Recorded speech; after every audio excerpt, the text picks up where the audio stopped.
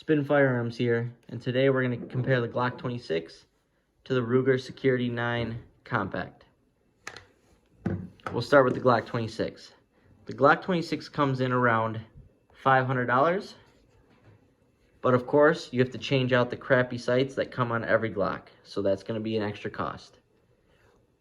Some of the benefits of Glock 26 is it's super small, it's super short, so very easy to conceal. You can throw the 10-round magazine and have it flush. This is a 12-round with this base plate.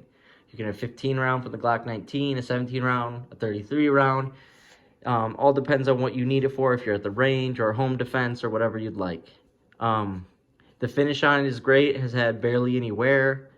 It has functioned 100%. I have about 1,200 rounds through it. And this is my favorite carry firearm. This is my go-to. Yes, it has a Glock trigger, but if you shoot Glocks a lot, then you get used to the trigger and it's no problem. I sort of do like how thick it is. That helps with gripping the firearm and recoil, for me at least. And this is by far my favorite Glock and favorite firearm for carrying.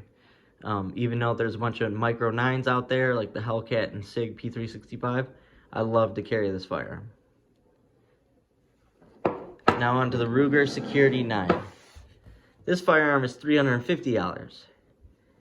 It also comes with pretty bad sights, although I will admit they're better than Glock sights out of the box. This holds 10 rounds flush, similar to the Glock 26, but with this 10-round magazine in it, is the exact same length as a 12-round with that base plate on the Glock 26. As you can see, they're similar in width. The Ruger is about 1 inch wide, whereas the Glock 26 is 1.26 inches wide. The only reason the Ruger looks thicker is because I have a Hogue grip on it. The Hogue grip actually gives it a great grip. Makes it feel great in the hand, and I also think that helps with recoil a lot. So the Glock safety is an internal safety, also a trigger safety that prevents you from accidentally pulling the trigger unless actually trying to pull the trigger.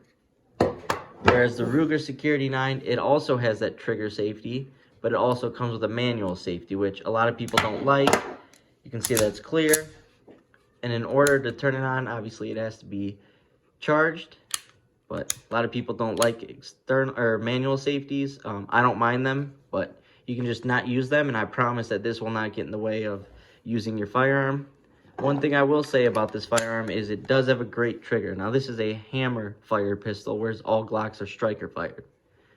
So when you charge the firearm, you preset the hammer, and then when you go to pull the trigger, it is a nice trigger pull. Very smooth, very crisp, very audible. For $350, you can't really go wrong. This is a great firearm. It's been completely reliable. At first the slide was a little sticky, but after shooting it for a little bit, running some rounds through it, about 500 rounds, 0 issues, and this is also part of my carry rotation. The trigger pull is amazing, much better than a Glock, and you can also get 15-round magazines for this. Like I said, $350 out of the box, ready to go, and I would trust this firearm if I were to carry it. Also, you have a rail, so you can mount a light, as well as a laser, whatever else you want, whereas Glock 26 does not have that. So that's another plus that comes out of the box with the Ruger. So that's my take on these two firearms and my comparison. Let me know what you guys prefer down below. Thanks.